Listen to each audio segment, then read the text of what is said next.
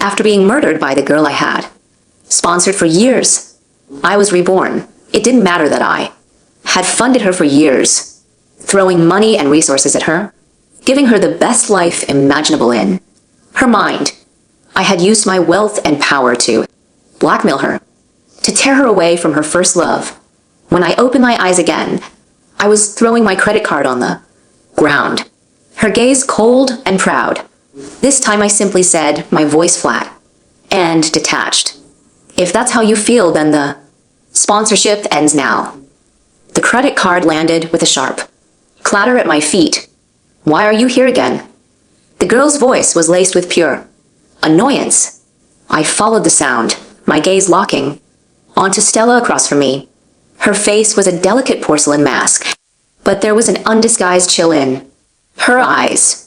Seeing my silence, Stella's friends grew bolder, their teasing loud and unrestrained. "Come on, Stella, Lewis is head over heels for you. Just give the guy a chance. I heard he gives her a six-figure monthly allowance. What a show off, but Stella is gorgeous. And a top student. She has tons of guys after her. Money isn't everything, exactly. Besides, Stella doesn't care about materialistic things like that." In the center of the group, Stella tilted her chin up arrogantly. "Lewis, can you please stop with your condescending charity? I'm busy. I don't have time to entertain a rich kid like you. Besides, I have my own two hands. I don't need to depend on anyone." The girl before me was defiant, speaking the exact same lines I remembered from my past life. Only now did I finally believe it. I was reborn in my previous life. I didn't just pay for Stella's college education. I sent her abroad for her postgrad, helping her achieve her dream of becoming a research scientist. Even though she was always cold toward me, I brushed it off as her being fiercely independent, byproduct of her strong pride. It wasn't until she returned famous and successful that she got me drunk and tricked me into signing a fraudulent contract. The vast Croft family fortune vanished overnight. Not long after I went bankrupt, I had a car accident in my final moments. She leaned close, her voice a venomous whisper in my ear. "Lewis, the doctors say you won't make it through the night good. Leo made sure to have your brakes tampered with. And don't you dare call me cruel. If you hadn't used my future to threaten me, Leo and I wouldn't have wasted all these years apart. What could you ever give me besides money? Only Leo could give me real love. You can die in peace now without you. Leo and I will be perfectly happy together." Her gaze grew colder, and my breath hitched in my chest. As my consciousness faded, I could vaguely see her smiling, wrapped in Leo's arms, a tenderness in her eyes I had never once seen directed at me. I closed my eyes for the last time, my heart filled with rage and bitter regret.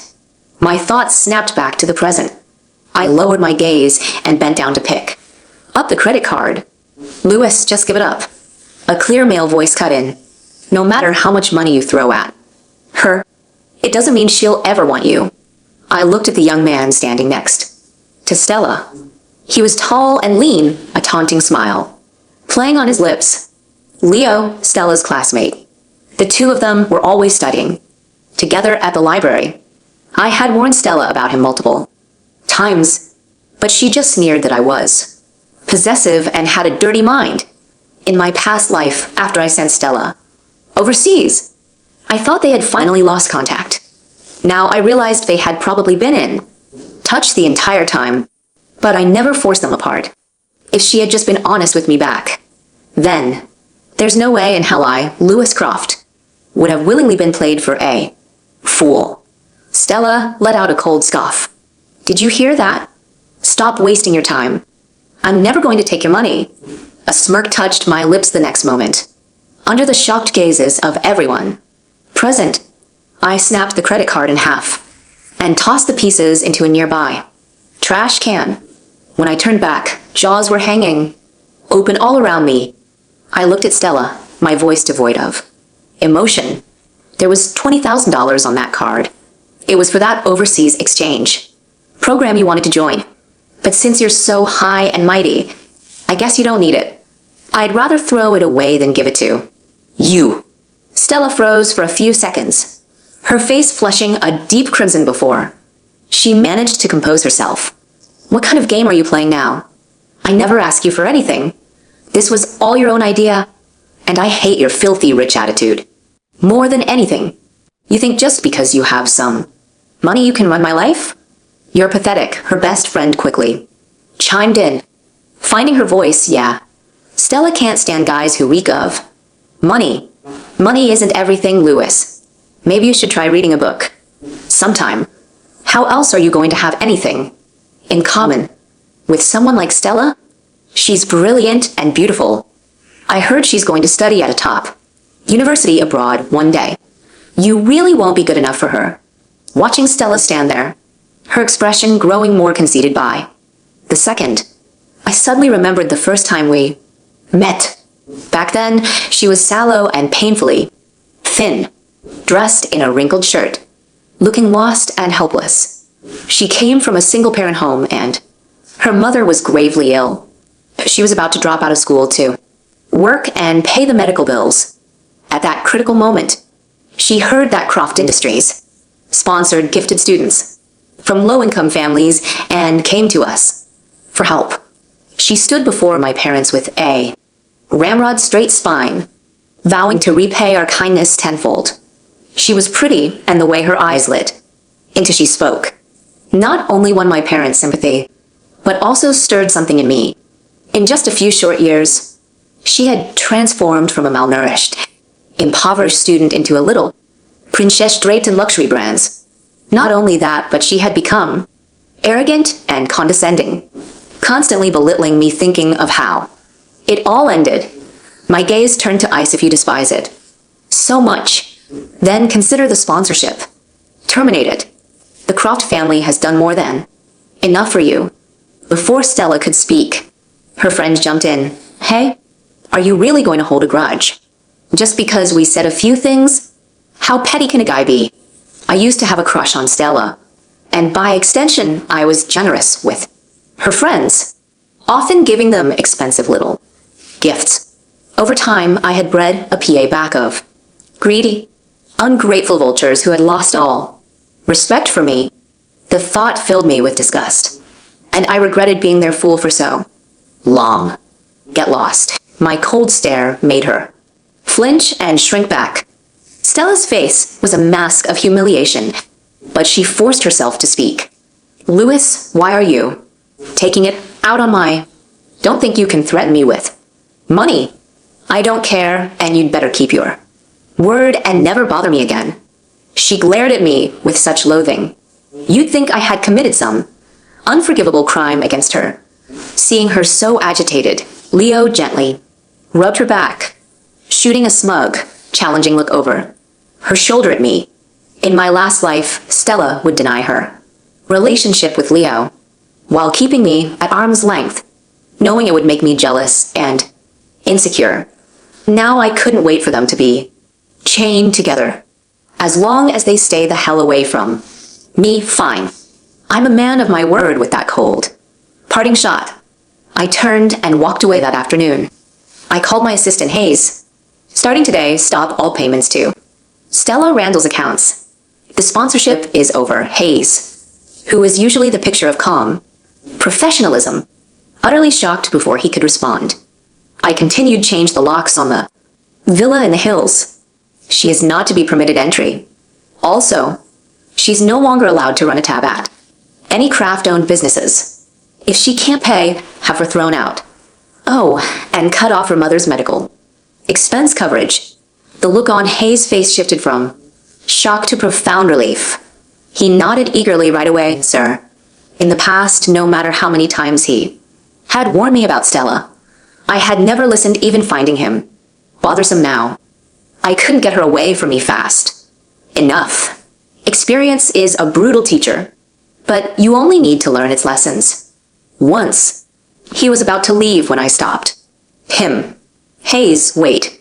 He paused, a questioning look in his eyes. I opened the drawer of my desk. Just as I expected, A beautiful jewelry box was sitting inside. It held a diamond necklace. In my last life, I gave it to Stella for her birthday. She'd call my taste tacky before, reluctantly accepting it. At the memory, I simply handed the box to Hayes. "This is for you." He was stunned for a moment and immediately tried to refuse. "If you don't want it, I'm just going to throw it away." I dangled the box over the trash can. After a moment of hesitation, Hayes took the necklace, his face filled with genuine gratitude. Now that I thought about it, Stella's birthday was coming up soon. Her good life was officially over. After confirming the cancellation of a sponsorship, I had dinner with my parents and told them everything. My mother paused a bit, taken aback. "Louis, you used to talk about her constantly. Are you sure about this?" I nodded firmly. An ungrateful person doesn't deserve the Croft family support. Since she feels like our money is an insult to her, better learn to stand on her own 2 feet. My father considered this for a moment, then spoke slowly. "All right, it's your decision. I'll have Hayes draw a new list of candidates for the sponsorship." With that settled, the mood at the table lightened considerably.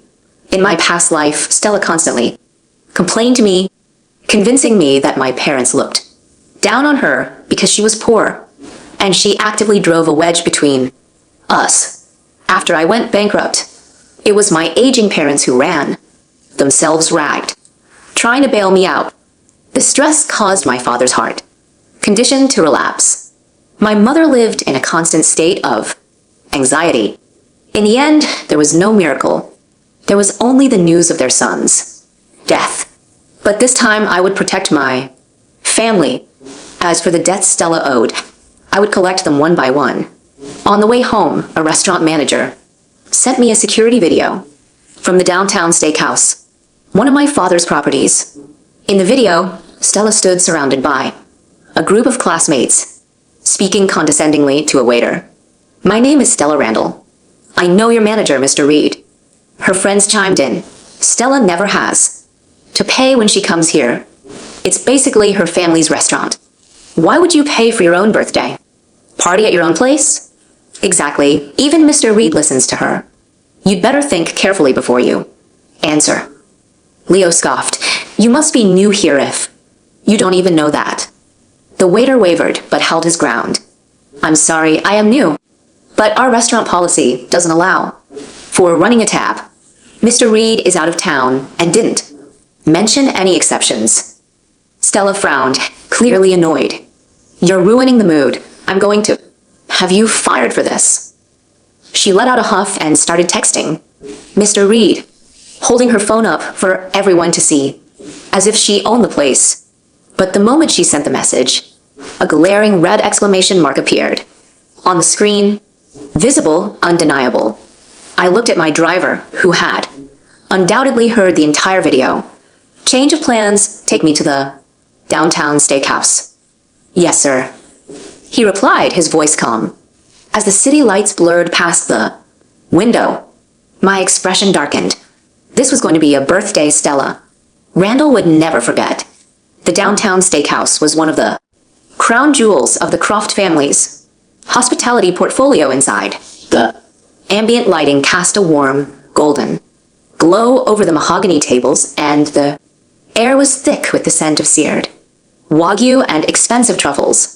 When I pushed through the heavy glass doors, the maitre d' immediately stood at attention. Recognizing me, I raised a hand, signaling him to keep quiet, and made my way toward the commotion near the back of the dining room. Stella's voice carried over the soft jazz playing in the background. It was shrill, lacking the refined elegance she always tried so hard to project. "Are you deaf?" Stella slammed her manicured hand on the table. "I told you Mr. Reed always comps my meals. I am Louis Croft's closest friend. Call your manager right now. I want you fired." The young waiter stood his ground, though his face was flushed. "Ma'am, Mr.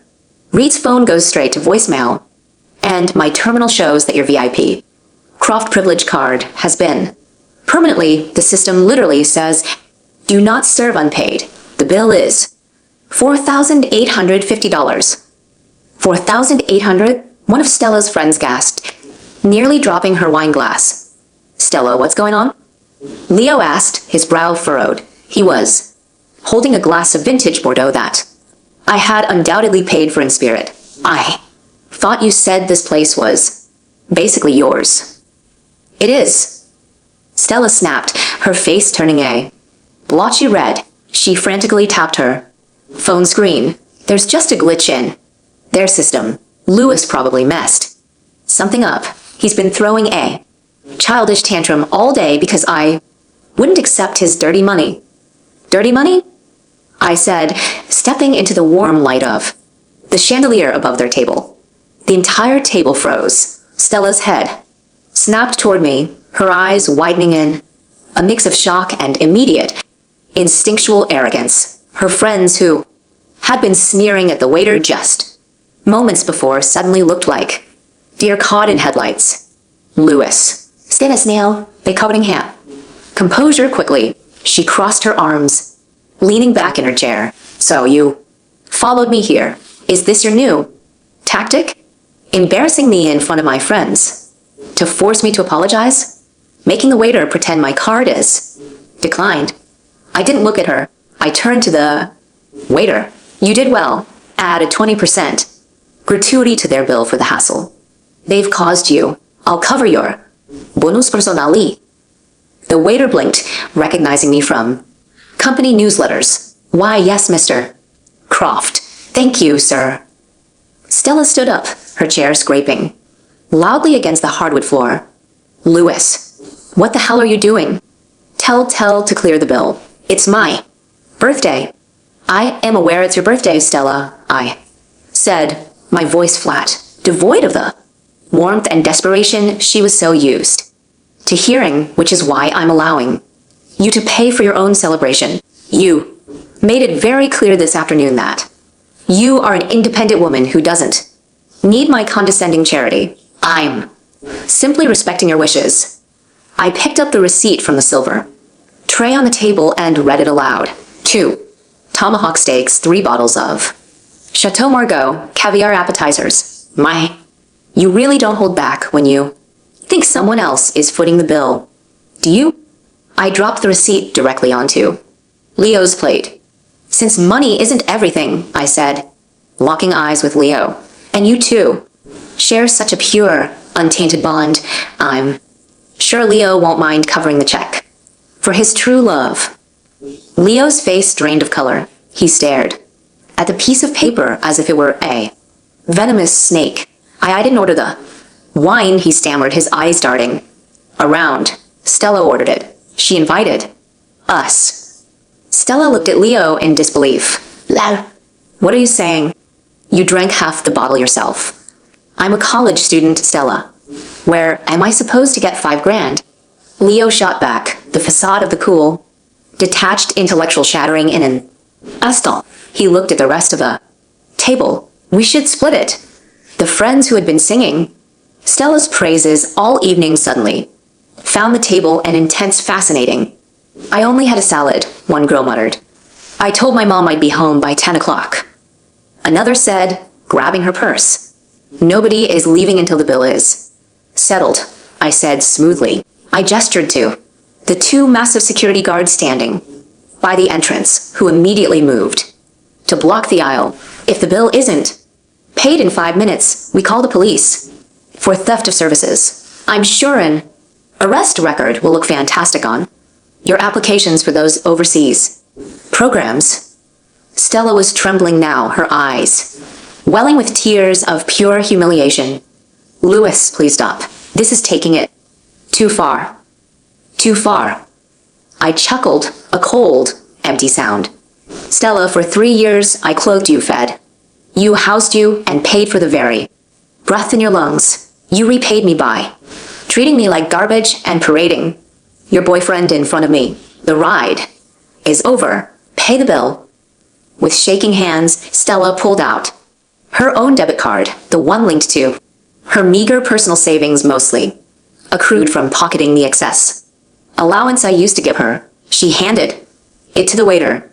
When the machine beeped with and approved, her account was essentially emptied.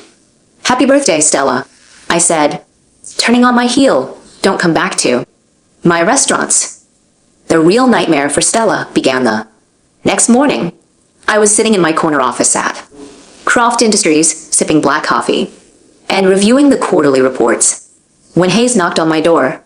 "Sir," Hayes said, a faint satisfied smile playing on his lips. "The hospital just called. Stella Randall Causday, seen in the VIP wing this morning." Oh, I didn't look up from my tablet. Did she now?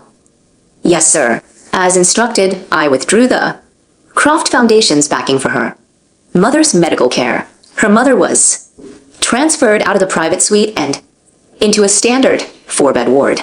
The hospital administration informed MS Randall that she is now personally liable for the upcoming dialysis treatments. The outstanding balance is $15,000 due by the end of the week." I turned the page on my screen, and the villa locks changed. Her belongings were packed by the maids and left in cardboard boxes by the front gate. She tried to use her access code, and security escorted her off the premises. In my past life, Stella's mother had miraculously recovered using the best imported medications my money could buy. Stella had told her mother that she earned the money through academic scholarships, completely erasing my existence from her family's narrative. When I went bankrupt, her mother actually spat at me, calling me a useless businessman who dragged her brilliant daughter down. Let's see how brilliant she is when the safety net is gone. My phone buzzed. It was an unknown number, but I recognized the desperation. I let it ring out, and a minute later, a text arrived. "Lewis, we need to talk. Please, I didn't know about the hospital. You can't do this to my mother. Stella." I blocked the number. 2 weeks passed. The university was buzzing with rumors. The untouchable ice Queen Stella Lewis had suffered a massive fall from grace. Without the 6-figure allowance, the designer clothes stopped rotating. The chauffeured rides disappeared, replaced by the city bus. But the most devastating blow was in her wardrobe. It was her academics. I decided to visit the university to finalize the new Croft Foundation scholarship, this time awarding it to a brilliant, genuinely hardworking student named Sarah, who worked 3 part-time jobs to support her disabled brother. As I walked out of the dean's office, I saw Stella. She looked exhausted. The dark circles under her eyes were prominent, and the arrogant tilt of her chin was gone. She was standing in the corridor outside the study abroad office, arguing with a counselor. "What do you mean my application was rejected?" Stella's voice was desperate. "I have a 3.9 GPA. "Ms. Randall," the counselor sighed. "Your GPA is excellent. Yes, but the overseas program requires a $20,000 proof of funds deposit. Furthermore, the primary reason you were previously considered a top candidate was your placement in Professor Vance's advanced research lab." "I am in that lab." "You were in that lab," the counselor corrected. "Professor Vance informed us yesterday that your placement was sponsored by a corporate grant from Croft Industries. Since that grant was revoked, your spot was given to a paying graduate student. Without the lab credits or the funds, we cannot approve your transfer to Cambridge." Stella stumbled backward as if she had been physically struck. She turned and saw me standing at the end of the hall. For a second, a flash of the old, haughty Stella appeared. She marched toward me, her fists clenched. "You planned this," she hissed, her voice trembling with rage. "You systematically ruined my life. You took away my house, my mother's healthcare, my lab spot. You're a monster, Lewis." I looked at her, utterly unfazed. "I didn't take anything away from you, Stella. I simply stopped giving. There's a difference. I worked hard for everything I had. Did you?" I tilted my head. "You studied." "Yes, but who paid for your tutors? Who bought your textbooks? Who donated a new wing to the science department so Professor Vance would overlook your lack of foundational credits and put you in his lab? You didn't build a life, Stella. You lived in a house I built, and you had the audacity to complain about the wallpaper. Leo is right about you, she spat, tears streaming down her face. You think money makes you a god. Speaking of Leo, I smiled thinly. How is true love treating you? Is he helping you pay your mother's hospital bills? Stella flinched, looking away. I already knew the answer. My private investigators had been keeping tabs. Once Stella lost her access to my wealth, she could no longer buy Leo expensive watches, pay for his luxury car rentals, or cover his tabs. Within a week, Leo had started pulling away. He was currently pursuing a wealthy freshman whose father owned a chain of car dealerships. Enjoy your independence, Stella, I said, walking past her. You finally have exactly what you always claimed you wanted. 3 months later, the final act of my past life's tragedy tried to rewrite itself. Stella was drowning in debt. Her mother's condition had stabilized, but the medical bills had forced Stella to take out predatory loans. She was working the night shift at a diner, her grades plummeting from the exhaustion. One evening, I received a frantic call from Hayes. Sir, security just flagged a breach. Attempt on our corporate server. Someone tried to authorize a wire transfer of $5 million to an offshore account using a forged executive signature. My eyes narrowed. Did they succeed? No, sir. The firewall you had me install last month caught it.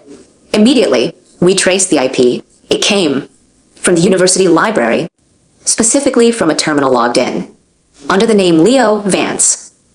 I let out a dark laugh. In my past life, Stella had used my blind trust to get me drunk and sign the fraudulent contracts. In this life, locked out of my inner circle, they had resorted to blatant amateur cyber theft. Call the police, Hayes. Give them everything. The arrest was highly public. The police dragged Leo out of a frat party in handcuffs, facing 20 years for corporate espionage and wire fraud. Leo crumbled.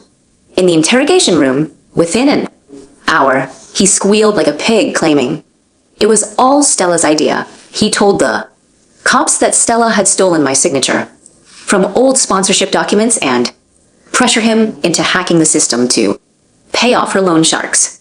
They arrested Stella the next morning at the diner. The trial was brief. I sat in the front row of the gallery, dressed in a bespoke charcoal suit, watching the two true lovers tear each other to pieces. She made me do it. Leo screamed on the stand, pointing a shaking finger at Stella. She was desperate.